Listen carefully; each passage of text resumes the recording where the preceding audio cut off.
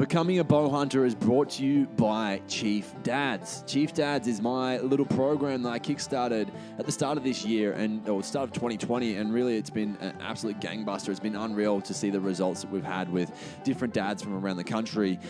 It's pretty much your nutrition encompassed with your training, as well as we really dive into lifestyle, and that's the biggest piece. Each week we touch on a new lifestyle piece, and we really train you to, out-train bad habits and really focus on what lifestyle habits are the best things for you to be doing, the best practices, and the things that give you the best return for not a lot of output. So that's what the program is all about. And I've worked with plenty of dads, like I said before, but the program is designed for men within Australia who want to lose some weight, who want to gain their fitness back, who want to really take control of their life. And that's why I'm putting it out to you as the bow hunting community, because I feel like there's a few people in this category that would really love that, would love to see better fitness for not only their own personal gain in bow hunting and in archery in general, but also obviously the side of looking after your family and providing for your family and being the best version of you to be able to give back to your family. So if you guys wanted to reach out, if you want to find out any more information about that, you can reach out to me at becomingbowhunter.podcast on Instagram, or you can hit up chiefdads.com. That's chief, CHIEFDADS.com for more information on the Chief Dads program. Hey there, and welcome to Becoming a Bow Hunter. I'm your host, Matty, and join me and our guests as we take the quality of meat back into our own hands, searching the wild for free-ranged animals to harvest as ethically as we can.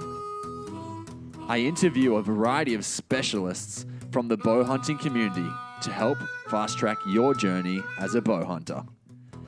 So sit back, relax, and enjoy this chinwag on one of your favorite topics in the world, bow hunting. Bow hunters, what is up? Welcome back to another week's episode.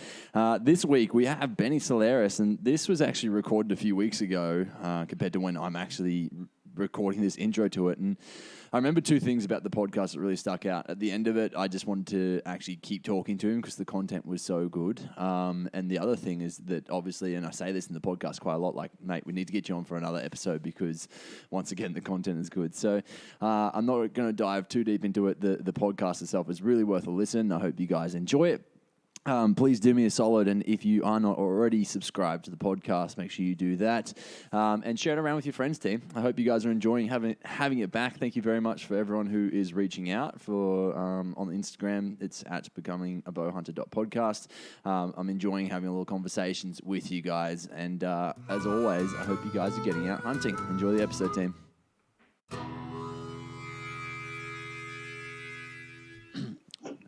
Alrighty, bow hunters, welcome back. Excited for this one. I've got Ben Salleras with me. Benny, welcome, mate. Thanks, mate. Thanks for having me. Oh, you're very welcome. I had a little practice warm-up for this one tonight because my wife asked me who you're interviewing, and she never really does, but she was interested tonight for some reason. So I was like, oh, you know what? He's actually probably, in my eyes, I would think one of the kind of leading guys in the bow hunting within Australia at the moment, as well as probably one of the most traveled bow hunters within Australia that I know of, at least. I don't know if there's too many more that have done a lot more travel than you have around the world with bow hunting in general, Benny. I'm not sure if you can comment on that or not, but I think it's I'm excited for this one because I feel like I had you in mind from the very start as someone that I wanted to interview, but I feel like it's perfect timing now because I kind of have a bit more of an understanding as to what bow hunting is more so about, and I've kind of matured in it a little bit myself and feel that we'd probably have a better conversation about it now anyway. Yeah, well, that makes a lot of sense. I've listened to, I haven't listened to every single one of yours, but I've listened to quite a few, and I've been impressed with the approach you've taken and sort of catering to people who or hunters who are starting out or just beginning on their bow hunting journey. So you're probably exactly right. It probably is good timing, and like any kind of way that I can sort of help people or give people a few tips or offer any kind of useful advice, I'm happy to help. So yeah, more than happy to have a yarn, mate, and talk about whatever you like. Yeah, man, definitely. So, I mean, let's give people a little bit of a background if they've never heard about Ben Salleras. Where are you from? How long have you been hunting for? Yeah, so I'm 36. So born in '84. I grew up in Mission Beach, which is between Cairns and Townsville, up in far north Queensland. I was born into a bow hunting family. Basically, my old man was bow hunting flat out when I was born, so he would have been really at the peak of his sort of bow hunting journey, I guess, when I was born. And all of his mates were pretty much bow hunters, and there was quite an active club. It's still quite active now, but the Tully Bow Hunters has been an active bow hunting club, quite revered since the mid '70s. Mm-hmm. The old man and his mates sort of started that club up there, and so I was really involved in that club scene, like that bow hunting club scene, and it was a real combo of archery and bow hunting. So some clubs, I guess, are focused on archery more so, but that was a real proper hunting club. So yeah, I was just that little kid that was running around the chutes and running around hunting toads at night while all the men were at the clubhouse drinking beers, and was just born into it really. Like there was just no other choice really. Like I had a bow from when I can remember. Like I don't know when I got my first toy bow, but I would have been 3 or 4, and I got my first, I guess, proper bow when I think I was 6. Wow. And it was a 30-pound custom longbow. And at that time and in that area, basically everyone shot traditional. So compounds there were a couple of guys that had compounds, but they weren't sort of, I won't say frowned upon, but they were sort of not encouraged, I guess. Yeah. It was the trad scene was just so strong that you're really an outsider if you had a compound. Sights and release aids and that kind of gear was literally just unheard of at that stage. Like I guess they were available in the States, but in Australia at that stage, sights weren't really something that was even heard of or known about. Yeah. Especially not release aids. And yeah, it was all trad. It was a real club culture, and yeah, from about the age of 6, I was following Dad. Like as soon as I was sort of able enough to follow him around in the bush and be semi-responsible and sort of like as soon as it was kind of like a safe age to be out in the bush with Dad, I was out there and just never stopped, eh? So it's just been a continuation, I guess, since then. I know exactly how lucky I was to have that start in bow hunting, and I can't imagine things being any other way because I don't know any other thing. I only know my life and I only know me, so I don't know what it's like to. I can't even imagine what it's like to start, like to just say pick up a bow in 2020 and get kicked off. You know, like it's.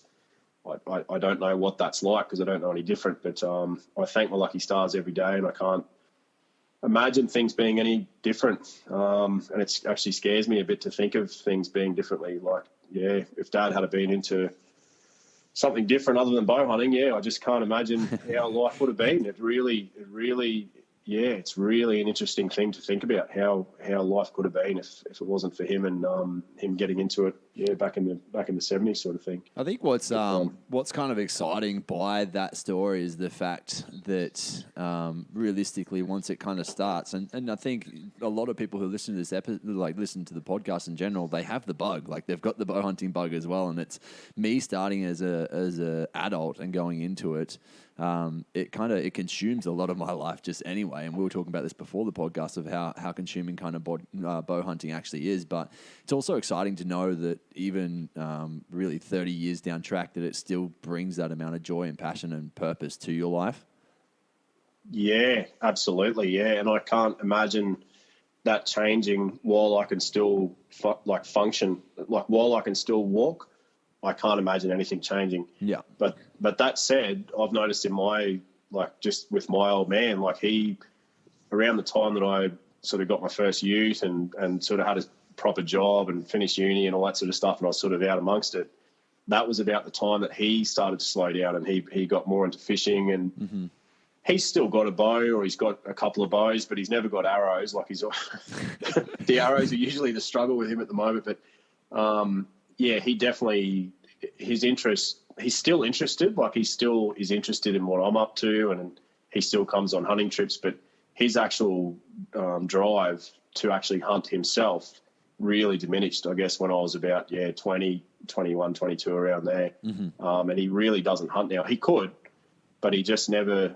It's just And I hope that doesn't happen to me. I hope when I'm his age that I'll still be hunting flat out. And I've seen plenty of blokes. I shouldn't say just blokes, but I've seen plenty of people, mostly blokes, but seen plenty of people hunt right till their last days. Like I've known a few old fellas that have hunted right till their final days. Yeah. So I hope I'm one of them. Yeah, definitely. I think realistically, you see a lot of this in particular with aged care. A lot of people will remove themselves from their house that has stairs and remove themselves from a functional life and move themselves into a small little flat where they can sit down on the couch all day and don't move around much anymore. And you really see them decrease or decline in those last few years in particular, once they move themselves. Where I feel like if you've got something like bow hunting to kind of keep you active and alive, like I feel like you've got a few extra years in your life just for doing that. Yeah, you've got to keep interested in something later in life. It's the people who don't have anything to keep them going, or don't have any real sort of passions or interests. They don't have much to live for. So I think it just the body and the brain just sort of gives up. But if you've got something that you're really passionate about, and something that you just something to keep you going, in those later years, I think it makes a massive difference. You're exactly right, and I've seen plenty of examples of that myself. Yeah, definitely. I did a talk at a school today. It was all for Mental Health Week, so I jumped up on their assembly and gave them a little chat, and it was kind of a lot around that. Like, hey, you need to find yourself some sort of purpose or passion. Like, if you find that you are getting depressed, it's probably because you don't have any purpose or passion in life right now. And there was a lot more to it than that, but that was a kind of a big underlying factor of it all.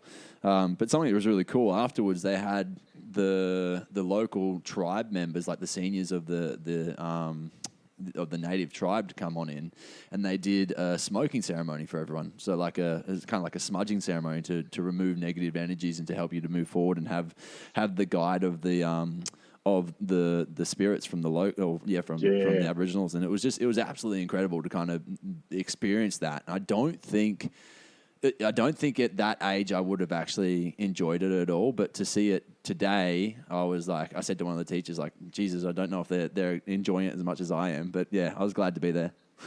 That's probably the reason why it sort of struck a chord with you, is because it's a real, it's a true traditional act or custom that's probably been around for tens of thousands of years, and it strikes a chord no matter who you are as a human. And there's a lot of parallels there with bow hunting. Like bow hunting, the reason why people like you find it and get so obsessed with it and get and it really grabs you and sort of sticks with you, is because it's the same. It's a custom and an activity. It's part of our cultural heritage, and it doesn't matter where you're from in the world. It's part of your cultural heritage, and it's part of all of our heritage. And it's only been in a very short space of time, in the last couple of thousand years or even less, that it's been slowly taken away because of the way civilization has developed, and we've moved into cities, and we've figured out agriculture, and we've turned into what we are now. And that's happened very, very quickly. Like the last 100 years, yeah, definitely. Yeah, and our brains and our spirits and our bodies, they don't change in 100 years or 200 years or 500 years. Definitely not. We're technically still the same. We're the same critter that we were 1,000 years ago. We're exactly the same. You can't change a species that quickly. No, it's just not how it works. On an evolutionary standpoint, like, that's why the world is so fat right now. It's why it's why I have a business that's in the health and fitness realm. Like, really, it's why we can stay afloat and why we do what we do, because there's it's a dying population essentially, which is kind of scary. But at least we're doing the good deed. Yeah, no, that's it. Yeah, I probably should talk to you about that after this podcast. Maybe you can give me a bit of help there. But, Definitely. Man, it was interesting. I had a question for you, and it was based around a lot of my hunting. I feel like, in particular, this last goat hunt that I went on, I came away from the hunt just really proud with how it all went. Like I had minimal opportunities, and I really maximized all the opportunities I had. The shots I took were like perfect placement shots. The animals, like they passed really quickly, and I feel like beforehand I hadn't had the patience, or it was more so that I just hadn't had the time within bow hunting yet, and it was almost like not a coming to age with it, but there was just a step up in maturity and a step up in skills, and going from almost like a novice to being a bit more confident with how I go about the hunting. Yeah. And I just wanted to ask, like, was there ever a time for you, like, do you remember that sort of feeling for yourself, or were you a bit young when that happened? Yeah, it's an interesting question. No, to answer you, no, there wouldn't be a specific time that I'd remember where that sort of where that sort of clicked. But our journeys have been totally different. So you've only just picked up the bow in the last, say, few years or 5 years or whatever. Yeah, not even 3. And you've the amount of information out there now, and the amount of the number of people, even in our own Australian bow hunting scene, that are very knowledgeable and very willing to share that knowledge. The technical side, the gear side, the way bows are now, and like it's a very different journey. But I can totally imagine what you're saying and what you experience. For me, it's kind of the opposite, because I started so young that my memory kind of starts when I was starting to hunt. So like I've been hunting for 30 years with a bow, so it's a fairly long time. Though what I will add is, for me, that's always happening every year. That's happening. So I remember some pretty awesome moments when I was young, like real icebreaker moments, like when I got my first deer, and when I got my first big boar, and like, I guess the first international hunt overseas. And there's certain, I guess there was certain milestones that, you feel like you've up to the level, I guess, or up the ante a little bit. Yeah. But let me tell you, and it probably goes for everyone, that I don't think that ever goes away. I think you're always improving. Yeah, and which is awesome. One thing that, and not only your technical skills and, say, your shooting, and your, like, obviously you're gaining experience all the time. And I think that's probably the most key thing with bow hunting, or being a successful bow hunter. To me, the key thing that you can't buy and you can't learn and you can't read from a book or an article or whatever is just straight out experience. Just experience in the bush, and particularly experience with being in close range to animals and reading animal body language, and just being in the bush, just being immersed in that environment.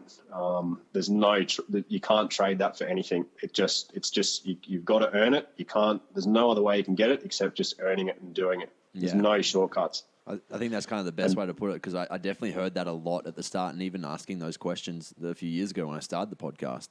Like, it was kind of like, well, where do I find the deer and how do I get to them? But it was always like, mate, you just need to do the time. And it's so true, right? Like, you just need to, it's almost like earning your stripes in the bush. That's it. It's time in the field, and there's no shortcuts. And even though in this day and age, no matter what you're doing, everyone's looking for shortcuts, and everyone wants to be the next so-and-so as quickly as possible. And everyone wants to, well, not everyone, I shouldn't generalize, but I see a lot of people wanting to be something, or be an entity in the scene, or like try and become, you know what I mean? And social media's really done that, hasn't it? Yeah, and social media is a big driver behind that. And really, I like to encourage people to just throw that out the window and just absolutely backflip on that, and like just do the reverse, like just play your own game, play it at your own speed, and the results will come. Like you do things your way, spend time in the bush, hunt as much as you can, obviously read and research and learn and listen and all those things. But at the end of the day, it's just going to be time in the bush that's going to end up, or is going to result in success. Like that's what's going to lead to results. Yeah. And I think another little factor that's on the side of that or parallel to that is confidence. So alongside experience is the whole confidence thing. And even from my perspective, like I consciously notice changes in my own confidence, and like I it's noticeable. And like you sort of get to a stage where and probably more so the last few years, which makes sense because obviously as you gain experience and gain exposure and whatever, like I've noticed in the last few years my own confidence in the bush, without trying to sound too cocky, like I kind of have a real feeling of confidence and positivity when I walk into the bush these days.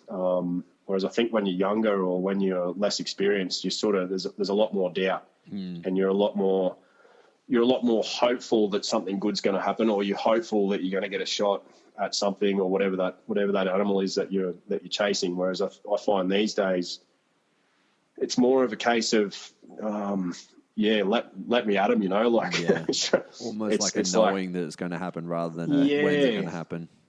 It is a bit more like that these days, yeah. And I guess that and there's a lot of positive thinking that comes with that too, like being optimistic and thinking positively, regardless of how hard the conditions are, or you know what I mean, like no matter what gets thrown at you. I think just remaining positive and really trying to remain optimistic no matter what gets thrown at you goes a long way too. I think that's a very helpful thing to in terms of actually leading to results and getting amongst the action and enjoying yourself and having a good time. So I think those things just come with time and confidence and experience are probably the two that really that stand out to me. And it's just a time thing. Both of those things just are totally reliant on time. It's just time in the bush and time hunting and time experiencing failures and of course successes as well. And that's my view on it. Yeah, that's unreal. It's interesting when you were talking about like the whole social media thing, almost to go backwards on it. This last hunt that I went on, I meant to take my podcast gear. I meant to take some cameras, and I just ran out of time. I just didn't think of it. And I was in the car with my mate on the way there. I was like, oh fuck, I forgot it all. And then it just like this feeling of relief kind of went over me, like, oh, I don't have to worry about any of that this weekend. And I think that also made me just feel like there was no pressure, which is silly because there's never any pressure anyway. It's only self-inflicted pressure.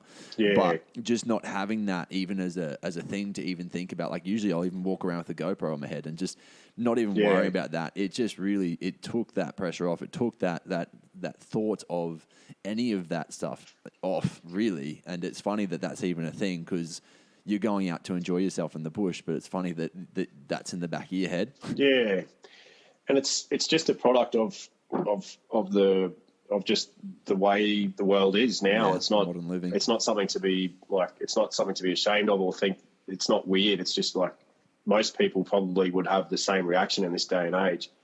If you spoke to bow hunters that have now passed on, who were absolute legends in their day, like 20 years ago, if we had that conversation with them now and explain that, they wouldn't have a clue what we're talking about because exactly it didn't exist and it wasn't even a thing at all. So there was a whole world and there was a whole bow hunting scene in Australia before social media, and it was bloody awesome. It was really, really, really awesome, and it's still awesome now.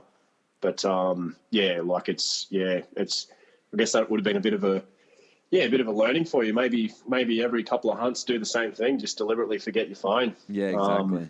Unless you need it for GPS and photos and stuff like that. But I get the concept of capturing the moment. Like I'm glad that I had my phone there, so I at least took photos with the goats after it happened, like after I'd killed them and stuff. But it's almost like that photo, and that's something that probably has been around for quite a while, is taking photos of the game that you capture, because it is that moment that you do want to capture. Like you want to relive that moment. You want to look back on that stuff. Yeah. But yeah, I understand why people want that side of it, and I understand why people have the urge to also film it and relive that moment. But yeah, it was definitely just having that pressure off was awesome. Yeah, No, I can imagine. Yeah, I wouldn't be able to. Like, I'm not very active. I don't think I'm very active with social media anyway. That's the way I see it. But I do a little bit, and I do bits and pieces, but I don't sort of. I just don't. I basically just don't have the time to do any more than what I do. I literally, I don't know where I'd find the time to do Instagram stories and stuff like that and get right into it. But I do enjoy a little bit of it. I watch some, and when I have time, and yeah, it's the main thing I need my phone for is just for navigation and these days the camera as well. Like 10 years ago, we all had a GPS and we all had some sort of camera in our backpacks, and we might have had a mobile phone in our pocket if we had service or something there. But these days, like, it's like I don't carry a GPS anymore, and I haven't for years. And I've just stopped carrying a camera as well, because I just don't need to. Like, in some places where you want to take really long range photos, say if you're hunting in New Zealand or something and you wanted to get some photos of tail, you're not going to get very good photos with your camera with your phone generally. But yep. I've just hit that point now where I don't actually carry a camera anymore unless I really need one for a specific purpose, because the phones are just taking such great photos that, like, just for your like your animal shots, once if you're lucky enough to take an animal, or even just general photos while you're walking through the bush, the phones are just doing such a good job now. It's just replaced the camera. Yeah, it's definitely incredible how far forward technology is going. Yeah. In regards to Australian game in particular, is there anything you haven't taken with a bow? I haven't taken a donkey. Okay. But I could have, but I haven't. I heard they're actually really good eating.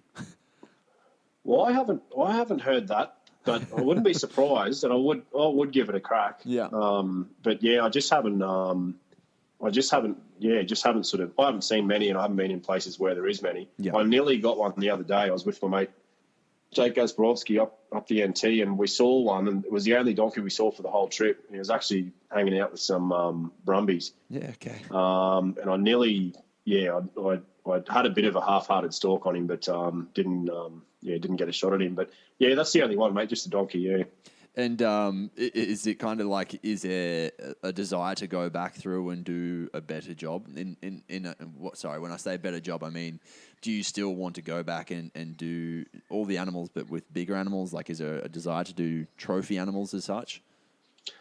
Yeah, I guess it changes with each species. Like, there's certain species that I've taken that I probably wouldn't be able to better even if I tried, and there's plenty that I've got plenty of room for improvement. So it's an interesting thing. You kind of have this relationship with each different species. I definitely do. I have a different kind of emotion and a different feel and sort of a different sort of predator-prey relationship with every animal. And it's not only Australian animals, but then you go to New Zealand and then you go further abroad. Like, every species that you have an interest in, you have this kind of unique relationship with. And yeah, as far as Australian ones go, there are definitely certain species that I will definitely be investing more time in the future and trying to find a nicer trophy or a good representative trophy. There's others that there's others I think that you sort of, maybe due to the expense or the difficulty in getting access or getting an opportunity, like hog deer is a good example. It's difficult to gain access to hunt hog deer unless it's like quite expensive. So there's very few people that I know that have free access to hog deer. The two that I've nailed were both paid hunts. So yeah, free range hunting obviously, but yeah, it was a guided hunt. So yeah, paying for the right to be there and to hunt their stags. And I wouldn't go and hunt a hog deer again because I'm happy with what I'm really happy with the two that I've taken. And yeah, I'd rather spend, like, say if someone invited me for a hunt down there that was free, that was just on a mate's uncle's property or something, I'd go for it. I'd be keen as mustard. But currently, like, my only option would be to go guided again on a paid hunt. I wouldn't do that again. Yeah. Because I'm happy with where I'm at. I'm happy with what the experiences I've had with hog deer, and yeah, they were both just amazing hunts and just very special memories, and can't really top what I've already done with hog deer. But other species like a sambar, for example, I haven't shot a good representative sambar yet, so there's a hell of a lot of work to be done there in that little area.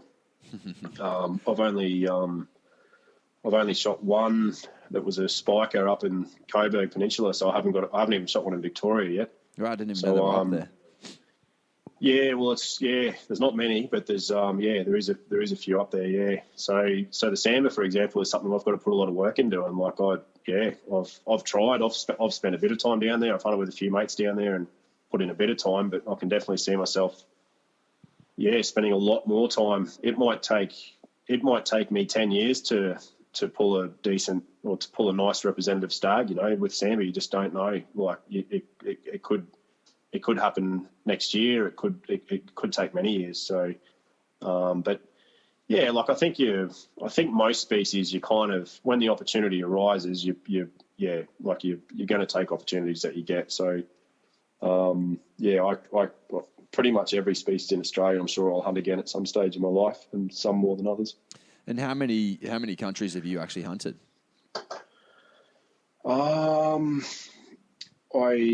It's either 14 or 15. I can't. Yeah, I'd have to. It's probably too difficult to go through the list now, especially after a couple of years. But yeah, it's about 14 or 15 now. Yeah. Yeah, far out. Yeah. And do you hunt for meat, or is it purely for the experience, for what it gives you back?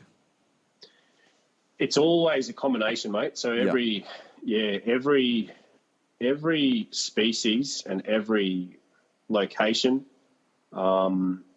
is different. So there's different levels in terms of harvesting meat, in terms of, in inverted commas, harvesting a trophy, in terms of the cultural experience, in terms of who you're with and the time shared with family or mates.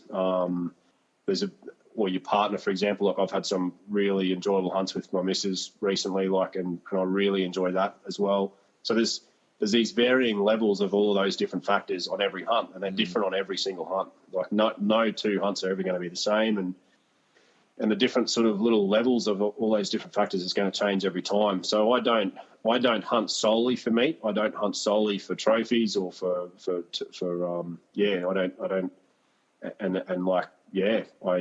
it's always a combination of all of the above at varying degrees. I love harvesting meat, and anything that's usable or useful, I take, and I really and I find I'm getting sort of more into that, and sort of getting more into making sausages and doing more interesting stuff with different cuts, and sort of taking other bits and pieces that in the past I probably wouldn't have. I'm sort of doing a bit more of that these days and getting a little bit more creative, just diving a bit deeper into that. Trophy wise, like there's definitely plenty of species that I want to hunt while I'm still on this planet, and the list is getting smaller, but there's still a fair list of places I want to go to around the world, and animals I want to hunt while I can. And it's not an endless list; it's a finite list, and I'll do my best to give it a crack. And and like also as I get older, I'm finding that I'm just sort of really savouring the time spent with people that I love, like my mates and my family. Like just that last trip I had, last hunt I did up the NT, I went with my fiance Marcella, and my mum and dad came over and joined us, and Jake and Matty Gazborowski were on the hunt as well, and Jake's old man Les, and just the atmosphere and the good company. Yeah, the time, the quality, really high quality time spent in camp with those people, was just absolutely priceless. And it wouldn't have mattered whether I didn't even see a boar or a buffalo, or it really wouldn't have mattered at the end of the day what we saw or what we got shots at or whatever. Just such high quality time spent in such a cool place, and just so many memories. And we all just had a bloody ball, and we got into a few animals and got plenty of fish, and funny shit was happening every day. And it was just, that's what I'm more in for it. Like that's my main priority these days. And it's just, same with good mates, like there's nothing better than just pissing yourself laughing around the fire at night. And I've got some very, very funny mates, and that's just priceless for me. Like that sort of, that quality time, like it really doesn't matter what happens the next day or what happened that day. When I was younger, it probably did a bit more. It was probably more focused on like what were the results, like in terms of the hunting. But these days, it's definitely changed a lot. Yeah, that's unreal. Yeah, Jake and Matty, I've been to their house, and they're awesome people. They're really nice. They were open to have me around there, and they just took me in like I was a good friend. Really, it was awesome. Yeah, no, they're very. Yeah, they're very. They're hard to fault, both of them. They're just a power couple, really. Aren't they? Like they're just awesome. Yeah, no, they're so good to hang out with, and Jake's one of the most knowledgeable bow technicians that I've come across in my life. So, and I need every bit of that I can get. So he's a very handy handy bloke to have around. Yeah, but no, it was an awesome trip. We had an absolute ball up there. Yeah, we'll definitely do it again. He's got a cool dream in regards to the shed he wants to set up, and so he can have kind of bow hunting camps. And I'd love to see that actually happen one day for him. I think that's incredible. Yeah, I think it will. I think he'll make it happen there. He's definitely ambitious enough, right? Yeah, and he's just so meticulous, and just he doesn't mess around. Like he knows what he wants, or he knows what he wants to do, and he does it. He figures it out and he does it. So and it's just such a beautiful spot up there. I love visiting him up there. We were just there the other day, dropped in and stayed for the night and had a few beers and whatever. And really great people, and great friends. Yeah, definitely. So let's say borders open tomorrow. You're able to fly anywhere in the world. What would you go hunting? What would be the next on the list? That's a good question. And usually I'd be able to answer that immediately, but I'm a little bit, you've caught me off guard there a bit. Probably the hunt that I want to do the most while I'm still, there's so many different categories. The one that, like, let's split into two categories: realistic and unrealistic. Realistic, the one that occupies a lot of time in my mind every single day is the doll sheep. Yeah. And that's something that I will do one day. Like it's a hunt that I will go on. It's something that I will attempt. It's just a matter of when. And in terms of unrealistic, it would be the stone sheep, really. Like the stone sheep is, I've dreamt for many years. Since I was very young, I've sort of dreamt about hunting sheep in North America, and sort of the I guess the holy grail of North American hunting is to take the Grand Slam, which is the four North American sheep. So there's 4 different species of sheep in North America. Well, that's generally how they're categorized into four species. And when I was younger, I just sort of saw that as being totally unachievable and totally unrealistic. Even taking one sheep, I sort of saw as being quite unrealistic. But these days, there's been things have changed. I have been on one sheep hunt. I'm already sort of organising the next one and the next one after that. So it's kind of like getting to a point now where like it is starting to look like it might actually happen. But the stone sheep is the one that'll be a stumbling block big time. Yeah. Mostly because of the expense. Isn't it like $50K or something ridiculous over there? Yeah, you're looking at 50 to 60 US at the moment. Yeah. So that's getting up towards 100K. Like by the time you do your flights and all the peripherals, like you're looking at around $100,000 Australian, and like that is just like there's very, very few people that I know in my life that would ever be able to justify that kind of coin. Yeah, definitely. Or even just be able to do it at all. So that one's probably if you could just say where you want to fly, that'd be it. Northern BC, straight over to try and hunt a stone sheep. And they're not the most. It's probably not the most difficult hunt in the world. Like it's tough. Like it's super tough, and you're going to have your work cut out with you with a bow, even with a rifle. But it's the expense of getting that opportunity that is the big brick wall in the way. Whereas the doll sheep, you sort of it's kind of closer to half that price or even less, depending on where you go. And even though it's still going to be a massive expense and hugely irresponsible financially, it's something that I won't be able to let go of. I have to give that a crack. So yeah, one day that's going to be on the cards. Yeah, I'd give me about 5 years. I reckon I'll be there. So with the doll sheep, do they have to have the full circle as well before you can take them? Yeah, generally, I'm not super up to speed with the regs across each state. Yeah. But generally it's a full curl. Yeah. So I'm pretty sure Alaska's full curl, and I'm pretty sure that Northwest Territories and the Yukon are the same. I'm 99% certain it's full curl. Yeah. And you'll find a lot of those outfitters. A lot of the outfitters, particularly in Northwest Territories, they take a lot of pride in the age class that they're taking out in terms of the rams they take each year, and they're not just trying to take out legal rams. They're aiming for an actual age class. So like some outfitters won't let you even shoot at a ram if it's under 10 years old. Yeah, that thing might be absolutely gigantic and 8 years old or 9 years old that's way over legal.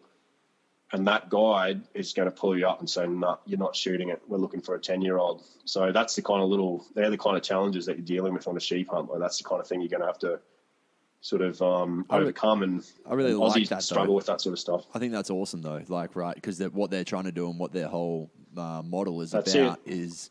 is preserving the nature and making sure that they do bring back those animals. So I think that's awesome. That's it. Yeah, it's highly.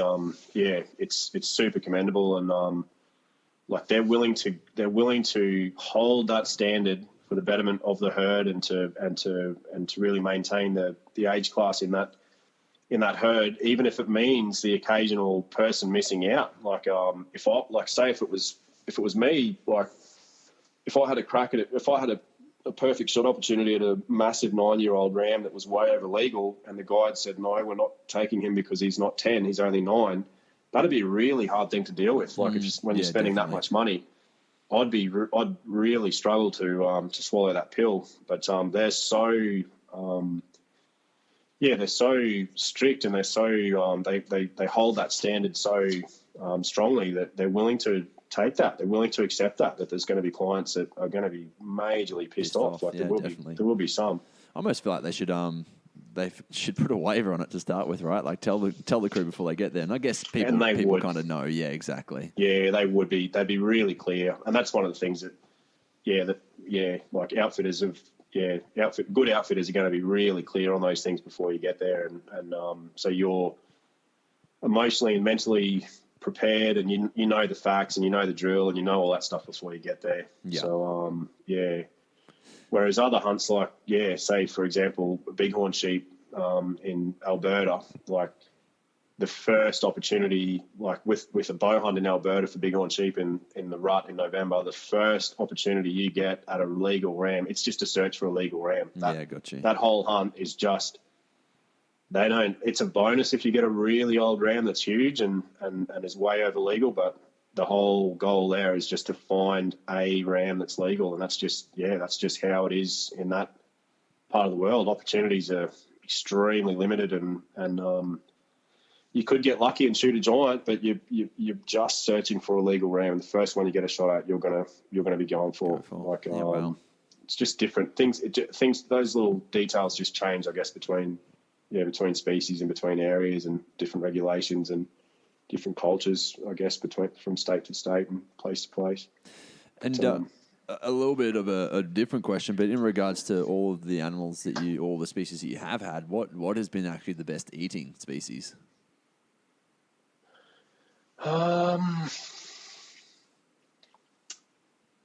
That's a good one. I think overall, it's really hard to beat moose. Like moose is, as far as venison goes, I'd rate moose higher than any other kind of venison that I've eaten.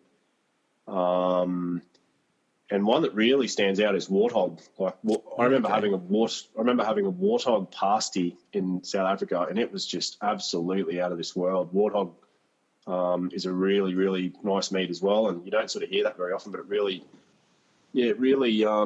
left an imprint on my mind. But yeah, I'd say, and even wild boar, like over in Europe, is amazing it's just an amazing meat compared to the pork that we buy in supermarkets, and even our own wild pork, like in good areas in Australia where you can harvest and eat wild pork meat. Like it's just seems to be on another level over there. It's just an amazing tasting meat. But yeah, they're all different, aren't they? Like every single species, whether you're in the deer family or the sheep family or the goat family or the bovines or whatever sort of family you're in, they're all different. Every species has a slightly different taste, and they're all a little bit different from each other. Yeah, definitely. Like a lot of people sort of rate chittle deer meat as being their favourite in Australia, but I rate rooster as my favourite. I like rooster venison over any of the other species overall. I still like chittle. And then you look at something like hog deer, and it's a really different meat again. Like it's nice in its own way, but it's just so different and so sort of delicate and not very strong. It's kind of a subtle sort of flavour, and yeah, it's just such a delicate little meat, but it's nice in its own way. You know, I really enjoy all of them in their own way. Yeah, that's incredible. I've only tried reds and fallow, and the fallow that I had was definitely nicer than the reds, but I just started cooking reds in different ways, and it was a lot nicer that way. Yeah, and that's there's a lot to do with how you cook different cuts, and as you sort of dive into it more, you learn more, and different ways of cooking, and you pick up tricks from different people, and also how you prepare and how you butcher the animal too has a lot to do with it as well. Like just how you manage your meat, or how you manage the animal once it's dead. You know, like what steps you take from that point to when it's actually going into your mouth. Like there's a whole process there behind the correct way to do it, or the best way to do it, or whatever. Different people have different ideas, but what have you come across as being because that's a very interesting one, because obviously you've seen it from many different outlooks, really, from having all the different animals from across the world. You've obviously had different outfitters give you different experiences. And what has there been a practice that you think is kind of best? I think, like from my experience, I think you're definitely going to get better results if you can age your meat for a period of time. I usually stick to about a week. Mm-hmm. And everyone's going to have different ideas on this. Like I'm not a pro. This is just what I do. And I certainly don't. I'm definitely not a butcher, even though that's my nickname. I'm not actually a butcher, and I don't. Yeah, I definitely don't. Yeah, I'm not a real good chef either. I'm pretty rough on a lot of things, including cooking and meat handling. But I definitely make sure I age it for probably around a week in a sealed environment, so like a vac seal bag, like a proper vac seal bag in the fridge. I think that always to me makes a big difference. Yeah. Just a good amount of aging just in the fridge, and obviously just taking care of it from once you've got the animal on the ground to once it's sort of in that fridge, just really taking care and taking your time. You know, there seems to be a lot of emphasis, or there's a bit of bravado around how fast you can cape a deer or how fast you can butcher a deer. And I don't subscribe to that at all. I take my time.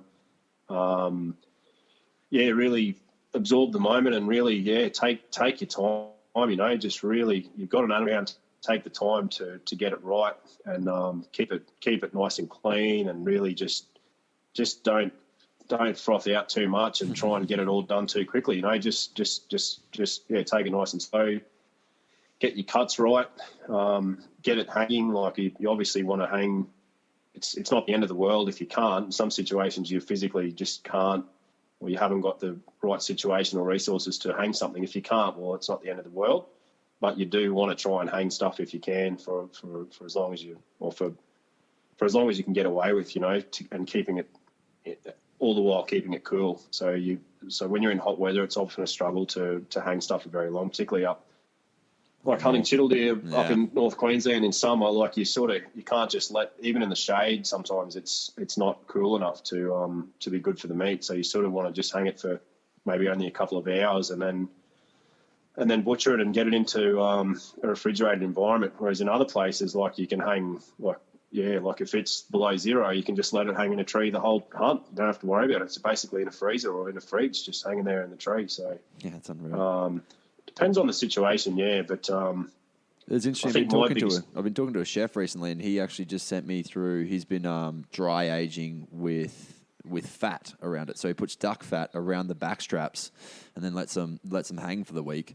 And he said it's one of the best things he's ever done, like best tasting things he's ever done. Yeah, that sounds so cool. Like I've seen a few photos and heard about dry aging, but I don't really know much about it. But geez, when you look at those photos, you go, wow, that looks extremely, extremely tasty, eh? Yeah, definitely. Like that'll be there's so many different layers to this, you know. Like I've never even tried that, and I'm sure plenty of people have, and plenty of people haven't. But there's just always something new to explore, you know. Like I just bought a mincer this year for the first time, and I've sort of been talking about it for years, and finally got one this year. And it was actually Jake and Matty that inspired me earlier this year. I saw them in action with theirs. I was like, fuck, I've got to get one of these, and we did straight away. And it's just changed everything. Like just having just the texture of the meat obviously changes, but obviously I think because with some of the cuts, if they're a long cut and you make it all of a sudden a mince cut, I found just the taste difference was huge.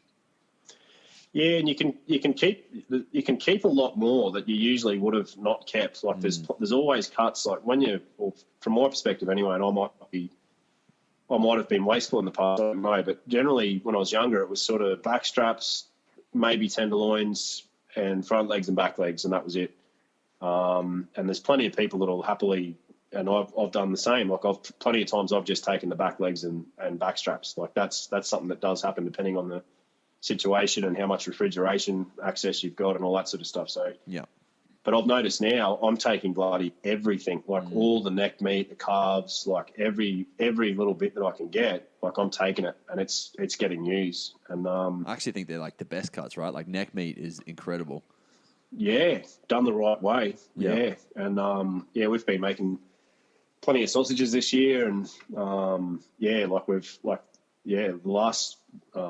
last big batch we did was 2 rooster deer, and Marcella and I just processed the whole lot. Like we took 2 whole, or the cuts of 2 rooster deer home, a spiker and it was a doe and it was a spiker and a stag. That's right, because my mate he preferred the doe meat, but he shot a spiker and we swapped. So I had the meat of a spiker and a stag, and so two stags worth of meat basically. That's and just what we got out of that in terms of the sausages, the packets of mince, the whole cuts ready for smoking or for roasting or whatever, and or for cutting into steaks, and like just the diversity of different meats and the amount was just unbelievable. And I'm lucky I've got a missus that really knows what she's doing in the kitchen. So it's just been insane what we managed to. You said she's from Romania, hey? Yeah. Has she cooked you any like traditional dishes and stuff? Yeah, absolutely. Yeah. Yep. We did a really interesting thing with, we kept the hearts and livers and 4 kidneys from those 2 stags. Mm-hmm. And we actually harvested the caul fat, which is like that webbing kind of layer of fat that goes around it sort of goes around the internal organs and that.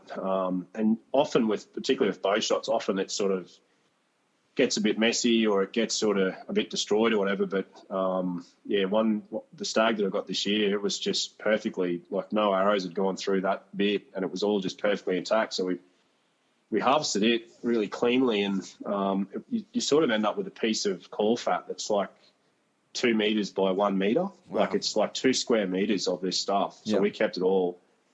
And she made this traditional Romanian dish using the heart, liver and kidneys and a bit of mincemeat as well. And basically made these kind of, like these rissoles or balls kind of thing wrapped in caul fat and then baked. And they were just unbelievable and just so hearty and so tasty and obviously just packed with nutrients. Like that's a pretty healthy bit of bit of meat to be chewing into, and Definitely. just super tasty. So just stuff like that, you know. There's always something new. There's always something you don't. There's always something you haven't tried, and there's always something interesting that you can try. And it's just a bit of a journey. Like you're not going to learn all that stuff in your first year or whatever. You start with the basics, and you learn how to butcher. You learn the basics of butchering and meat handling and whatever. And as you progress, you're just going to pick up more things and learn new things and try new things. So I love that side of it. Yeah, definitely. No, I've got a European client. She's a Hungarian client. She actually cooks me European dishes all the time, or Hungarian dishes all the time. And they like, I find that Europeans in general typically use the offal a lot more, and they use it in a way that it doesn't make it taste. In the offal taste. Yeah, exactly. And so they do such a good job of it, which is awesome. So I definitely want to experience or try that stuff a little bit more. It's funny that we've been talking about Jake, because something he told me, I was telling him about one of it's like the biggest stag I've ever seen up here.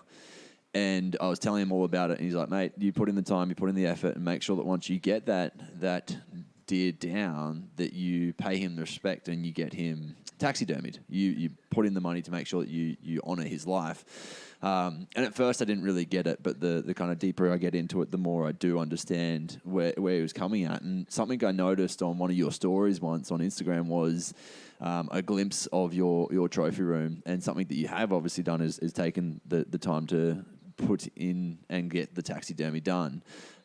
What does that kind of mean to you? Yeah, is it something that you think is a given for most of the animals you're chasing nowadays? It's not necessarily a given. It's going to be a personal thing. It's going to be a personal thing between you and that particular animal that you've taken, depending on a whole range of things, like what that particular animal means to you, and a lot of the time that's going to be definitely related to the size of it or the trophy qualities of that particular animal. Affordability is a thing too. And this is no joke. I had Tom Randa over here last year on a hunt up to the Northern Territory and doing a bit of filming and hunting and that. And his biggest piece of advice, he just said, Ben, just stop doing taxidermy. He said, spend the money. He said, trust me, just spend the money on other experiences rather than more taxidermy, because there's going to come a time when, your taxidermy is not very meaningful to anyone. Yeah. And it does deteriorate. Like, I've already got mounts that are got a few little issues starting to show up, and it is. It's not ridiculously expensive. Like, particularly in Australia, our rates over here, like what taxidermists charge here, is probably the best in the world, really. Yeah. Okay. So it's not over the top in terms of the cost, but once you start getting, I suppose once you start getting a fair few mounts, it does really add up. And like, it scares me to think when I walk into my trophy room, it is a bit scary. I probably could have. There's probably a house deposit or something in there by now. There's your sheep hunt, right? Yeah, well, that's probably exactly right. So exactly right. So you could probably say, righto, Ben, do you want this or do you want that? Yeah. And it's I don't even want to answer that right now. I don't know what the answer would be. I'd have to really think about that. Yeah. But it is really enjoyable. I love it. I when I was younger, it wasn't really a thing. Like, it was not. Like, there would have been some blokes, or there would have been some people sort of down in the southern states doing a bit of taxidermy then, and but it wasn't really a thing. It sort of became a thing, I guess, when I did my first overseas hunt. When I went to Africa, South Africa in 2010. That was sort of the first time that I got anything mounted, and I just started there and did a couple of mounts from some of the animals that I shot in South Africa. And I wouldn't call it an addiction, but it's sort of like it's not an addiction, but it's just, you either really love it or you maybe just not that interested, and there's nothing wrong with a Euro mount. Like, Euro mounts are awesome. And that's what we would have done for thousands of years. Like, over time, like, our ancestors would have brought back trophies from mature males of the species that our ancestors hunted for thousands of years, but they weren't doing taxidermy. That's only a pretty new thing. Like, I don't know how long we've been doing taxidermy, but it'd be under 1,000 years anyway. It's somewhere between 0 and 1,000, so it's not that long. But I do get a lot out of it. I just love early 19th seeing them century. represented in. What's that, mate? The early 19th century. Taxidermy began in England in the early 19th century. That recent, eh? So it's less than, it's probably just over 200 years. Yeah, it's not long. Yeah. But, I don't know. How do you explain that? I just get a lot of, my trophy room's quite separate from the house. There's a few things in the house that have been allowed inside, but most of it's in a shed, which is detached from the house. And I don't go in there and sit in my comfy chair and sip on a rum or anything and admire the animals. Like, I only go in there if I'm showing someone, if one of my mates is coming over that hasn't been in there before, really. Like, it's not, I don't spend a lot of time in there, but when I do, it's just, I just love seeing those animals represented that way, and especially when it's done well. Like, there's different sort of levels of quality with taxidermy, and like when they're done well, it just makes all the difference. When they're not quite done well, it really detracts from them a lot. So you sort of, you want them to be good, and just the memories and the emotion that comes back, that just comes flooding back. I don't think anyone should force their sort of views on taxidermy on anyone else. I think it's up to everyone how they want to do things. And Jake was obviously pretty adamant about his views when he told you that, but that's because he loves it, exactly, and him and I are the same. We love it. He's got plenty of mounts in his shed, and he utilises his shed more. It's sort of a shed set up for actually doing things, whereas mine's just got nothing in it whatsoever except for animals. There's not even one other thing in there, so it's sort of a bit different. But hopefully in a future house, sometime in the future, I can do something a bit more like his, where they're a bit more on show, or there's some more activities happening in that space, so they're a bit more appreciated and seen a bit more often. But in terms of what actually gets done, it's really a personal thing, and it depends on what where you're at with that species. Like, for example, I've shot a few roosted stags. I've got a couple of really nice ones. And like this year I shot a pretty nice one. It wasn't a giant, but he was like a 30-inch stag, and nice trophy. But I just wasn't willing to, I've got him as a Euro, but I wasn't willing to pay, I wasn't willing to invest the money in getting him mounted, because there's already two in the trophy room that are far bigger than that, So I sort of, you make that decision on the spot, I guess, and it just depends on, it's a totally personal thing. Like, and it's not easy either. Like, it's not the easiest thing to learn how to cape and how to manage that, like to do all that properly, particularly in more difficult situations when you're backpacking up in the mountains, or you're, doing it over night time or something compared to it takes a bit of effort. Like, I've been up till 3 or 4 in the morning caping out things plenty of times. Like, just like you got to be pretty dedicated to in some circumstances you got to be pretty dedicated to sort of do it all properly and get it all done. And but for me the end result's very well worth it. But I've definitely taken on a bit of Tom's advice. I think, like, I sort of I don't. I'm going to be more selective, I think, from now on about what becomes a Euro and what becomes a proper mount. Well, it's interesting because the first person that ever gave me a slingshot was my cousin's granddad. Get your head around that one. But so he came in, and it was when we first moved out to Springshore, and he came over one afternoon with these 2 slingshots for me and my brother. And we'd go and visit him. He ran the steelworks in Springshore for ages. His name was Lester, and we'd go into Lester's workshop, and he had his taxidermy all over the place. He was a rifle hunter for years and travelled through Africa doing hunts and stuff. I think it would have been probably in the 80s, maybe a little bit later. But it was always kind of quite fascinating to go to. Like, we love going to his workshop just so we could go and check out all the taxidermy animals. It's really cool, and just I think it kind of opened up my mind to a little bit more. But talking to my wife about it. She's like, yeah, no, we don't want anyone in the house.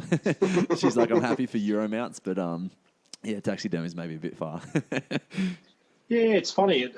And particularly women have that response for some reason, or not all of them, but yeah, it's a lot of women aren't real comfortable with it for some reason. My partner's let me put a couple in the house. There's a full mount black buck and 2 shoulder mount chamois in the living room, and there's a peacock perched on a stick in the dining room. But that's all there is inside our actual house. Like, there's just a few bits and pieces, but like it is a bit confronting for some people, and it is sort of, so it just doesn't sit well with some people. But for most of us hunters, like I can still remember times like when I was younger, walking into, walking into just seeing all Paulie South Wales mounts for the first time, going to his house and getting on the piss and studying all of his mounts, and still distinctly remember walking into Mark Wills's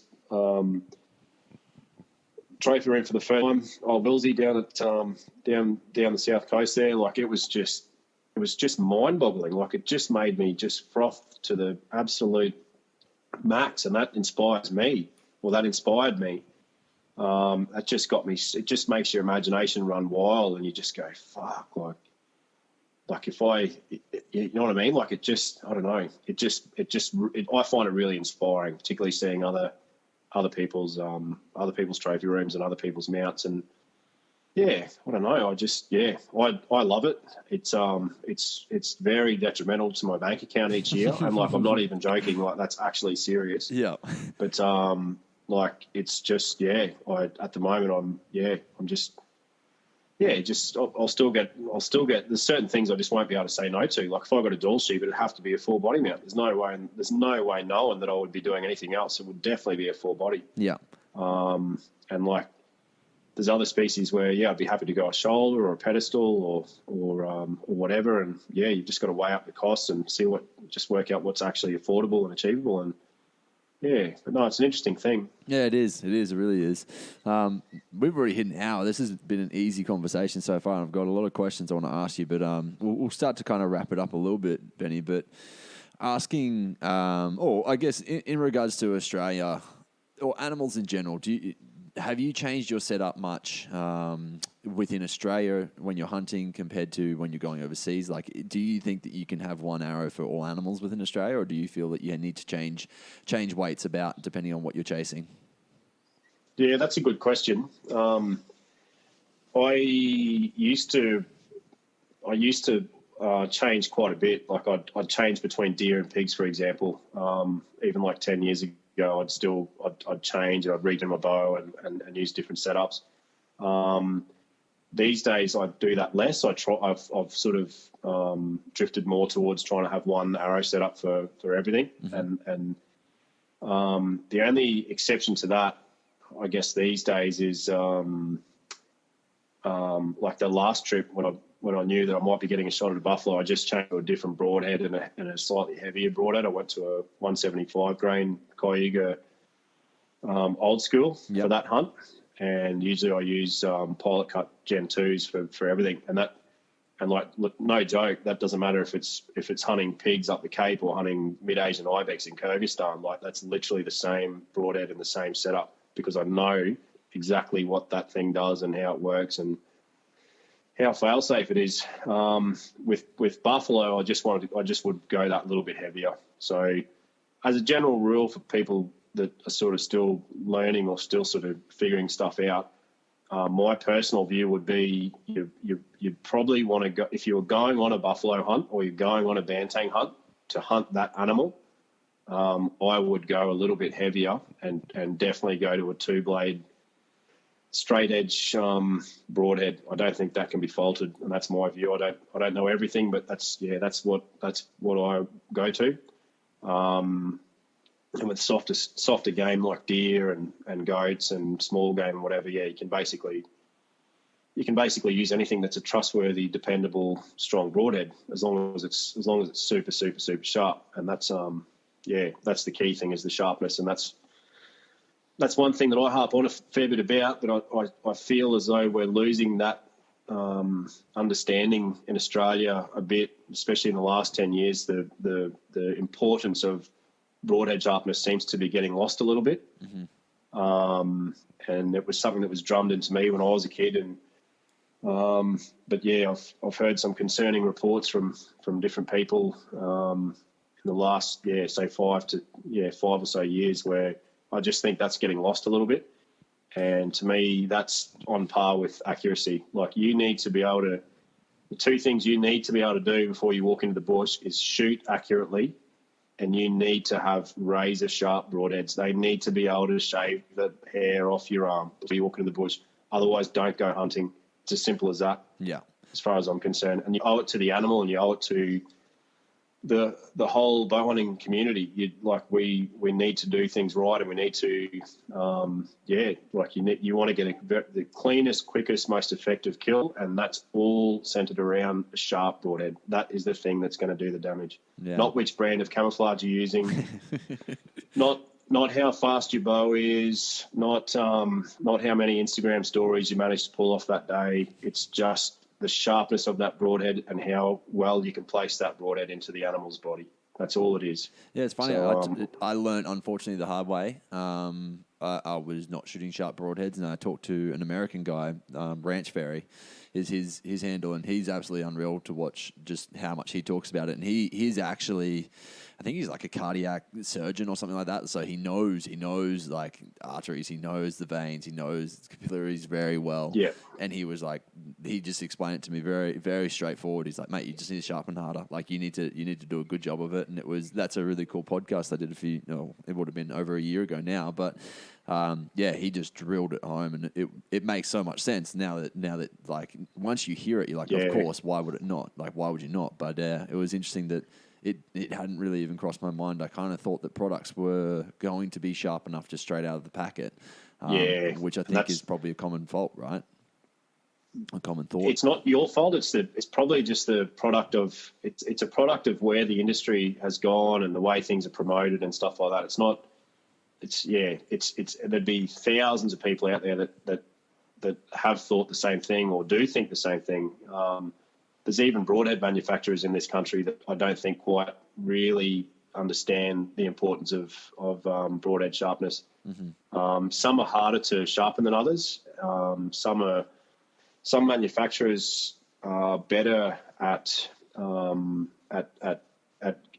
providing like the training or the information or just giving people the right information to learn how to sharpen them properly.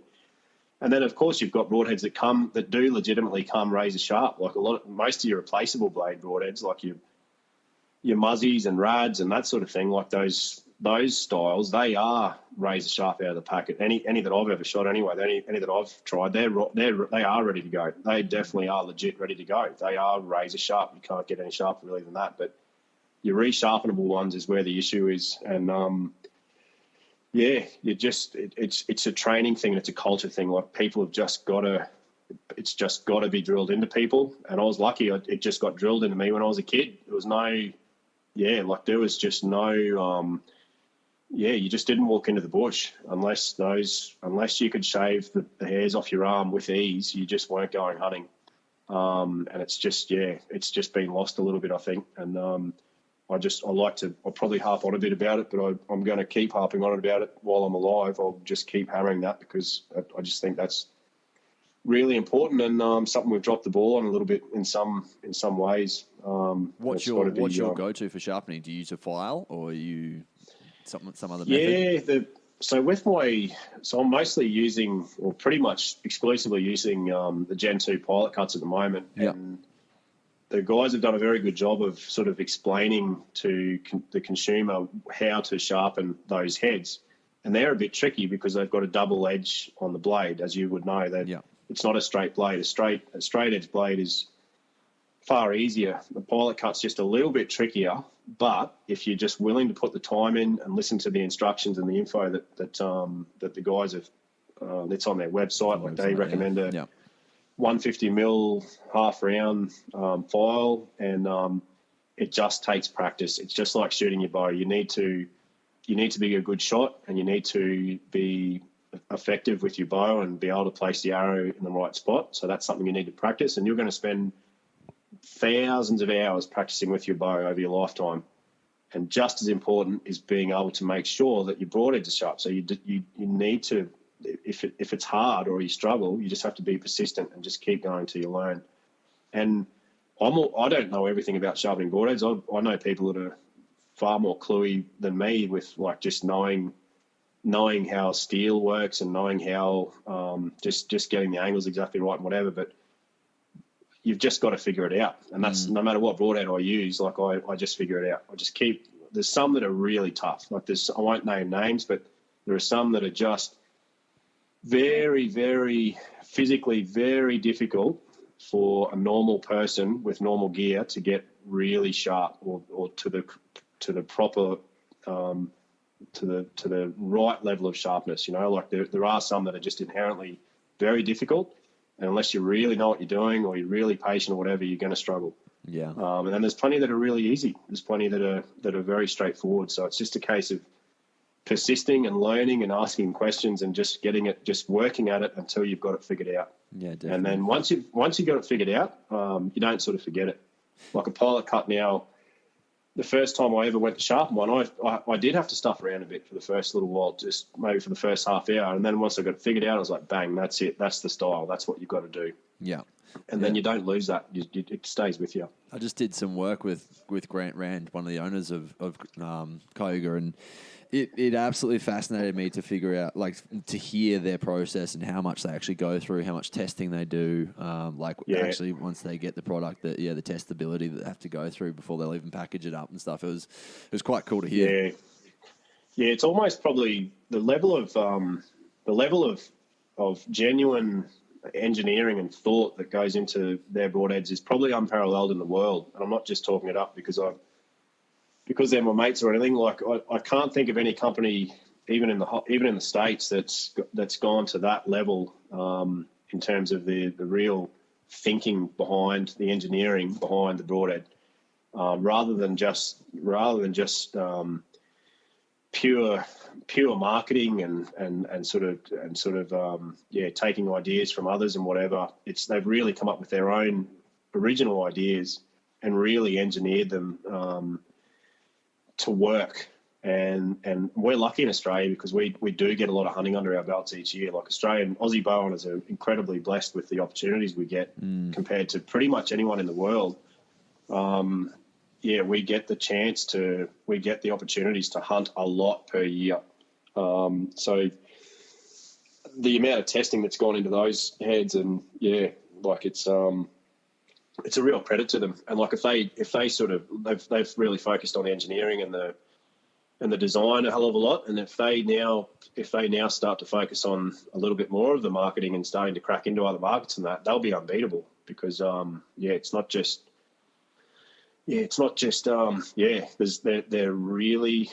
they're really a properly engineered, well thought out broadhead. And like every product's going to have faults. I've had a couple break, and I've heard stories of people that have had one or two issues, but by and large, they're the best that I know of on the market at the moment. That's what I'll be using.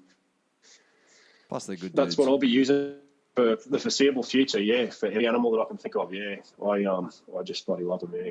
Yeah, that's unreal.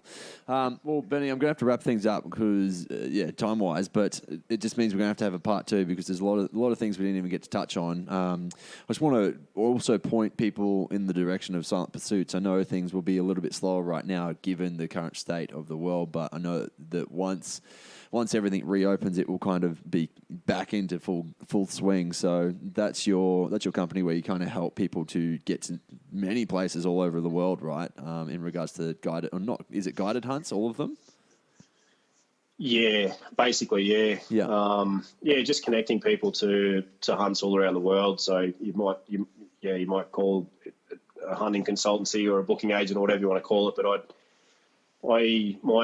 my job is to set people up on their dream hunts, both in Australia and the rest of the world. So, I really enjoy it. I really like being a part of part of people's story and a part of people's journey. And yeah, like just being involved in that process from the time someone gets in touch and is interested in going to a certain place or hunting a certain species to the time that they're home or they're getting their trophy back home. And yeah, like I just love seeing that because I kind of feel like I'm there a little bit, or I feel like I'm part of it. And there is a lot of like there's just like once you dive into the internet and Instagram and whatever else, like there's so much information out there. It's such a competitive market.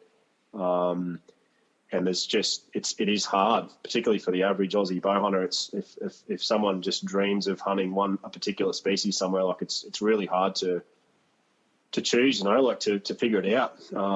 You've got to do a lot of research, and you've got to really figure everything out, and you owe it to yourself to be putting yourself in the best possible spot. And that's where I come in. I've got a fair idea of what's happening around the world in the bow hunting scene, like the countries that you can legally hunt in and the species that are out there and costs and logistics and all that stuff. So I've sort of got a pretty good idea now, and yeah, that's what it's all about. So I'm just looking at the page now. It's got the different countries and stuff that are on there, like Bulgaria, Turkey, Argentina, Spain, Russia. Like, yeah, it's crazy, some of the stuff and some of the opportunities that you've given people. Yeah, well, there's not many countries that I don't book hunts in where bow hunting is legal. The only two main areas that I don't specialise in is Africa and North America. Yeah, and I've got I've got other people that I work, like allegiances or alliances or whatever, that like I've got people who look up, who are real pros in those areas. Mm-hmm. So I don't, and they're both very flooded. Like there's just millions of outfitters in Africa, particularly Southern Africa and North America. Like a lot of the US sort of hunts, a lot of Aussies are probably going to do that DIY. Like there's a lot will go guided, but a lot are going to go DIY. And Canada, we have to go guided. So if you want to hunt in Canada, you can't go DIY in Canada. So you've got to go guided. As a non-resident, but pretty much everywhere in the world where you can bow hunt, I can pretty much set you up. That's unreal. And there's not too many places where, there's not a hell of a lot of places or regions that I haven't sort of been to myself. There's a couple, like Russia, I haven't been to yet, and I'm planning to go there late next year with Corey Nash, my mate. We're hoping to get up there next year and get into a bit of Russian action. But there's not that many places that I sort of can't speak from first-hand experience and sort of really, just sort of give people a serious, truthful idea about what it's going to be like, what to expect, how it's going to be, and really give that first-hand sort of experience. And I think that helps people a lot, particularly Aussies, because we're sort of so far from everything, and we're almost sort of a bit set in our ways, aren't we? Traveling something like that, you get a bit worried by it, and then it's good to have someone to tell you, hey, this is what's going to happen. This is the process, essentially how it's going to go. That's right. Break out piece by piece. And it's a big investment usually. Like you're talking pretty big dollars usually, and a lot of the time it's going to be a once in a lifetime experience. Like you really have to get it right. Mm. So I like being a part of that process, and I'm happy to put my name on it. Like I'm happy to I know that I can facilitate things and put my name on it and not be at risk of things going wrong. Otherwise I'll take full responsibility. So it's just something that's it's something that's just sort of organically happened. I've been thinking about it for a fair few years, and it was just last year that finally decided to bite the bullet and get it kicked off. So it's been a shit year this year, as you can imagine. What a great year to get kicked off in that industry. So it's been pretty slow this year, but it's given me a good chance to sort of just sort of get a bit of background stuff sorted and just sort of lay the foundations a bit more solid. And just what it's like, just getting things like social media and websites and systems, admin systems and whatever in the background. Like it's been good to be not flat out this year, but things have still been ticking along. And yeah, hopefully next year will be a bit more positive in terms of international Travel, yeah, definitely. travel. I'm going to lose the fucking plot if it doesn't pretty soon. But, I think you and most of the world, really. fingers crossed anyway. Yeah, definitely. Well, mate, thank you so much for joining me. Would definitely love to have you back for a part 2 if you're up for it someday. But people can follow along. It's at Ben Salleras, which is SALLERAS. And also you can follow Benny at Silent Pursuits on Instagram. Yeah, thanks for having me, mate. It was a pleasure having a yarn. Good stuff. Thanks, mate. All right, mate. Take it easy, eh? That wraps up this week's episode. Thank you so much for joining us, team. If you did have any topics, questions, or you wanted to suggest a guest for Becoming a Bowhunter, you can send me an email at matty@becomingabowhunter.com.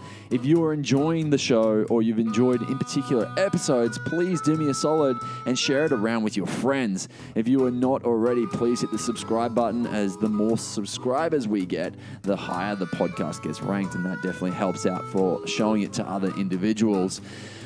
If you are not already following me on Instagram, it's at becomingabowhunter.podcast, and on YouTube, it's Becoming a Bowhunter. Get out, team, fling some arrows, get that practice in, and walk those yards in the paddocks until you find those critters. That is it for now, but not the last time that you'll hear from Becoming a Bowhunter.